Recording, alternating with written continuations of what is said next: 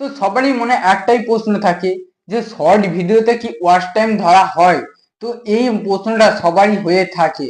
তো আপনারা যদি এই প্রশ্নটাই হয়ে থাকে তো অবশ্যই আমাকে সাবস্ক্রাইব করে দাও, এই উত্তরটা আমার কাছ থেকেই পেয়ে যাবে।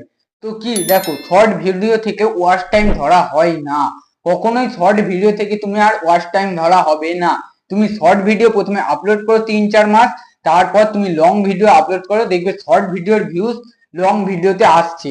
মানে শর্ট ভিডিও যারা তোমায় দেখতো এরপরে তোমার লং ভিডিও দেখবি, ওতে তোমার ওয়াচ টাইমটা আস্তে আস্তে পূরণ হয়ে যাবে, এর ফলে তোমার চ্যানেল মনিটাইজ হয়ে যাবে।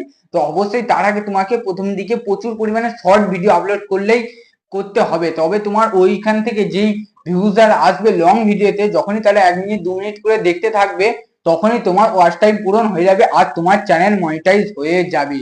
তো এইরকম কিছু জানতে হলে আমাকে অবশ্যই কমেন্টে জানিয়ে দেবে তোমাদের কি জানার ইচ্ছা বা কি জানতে হবে ইউটিউবের ব্যাপারে। তো আবার নেক্সট ভিডিওতে দেখা হবে।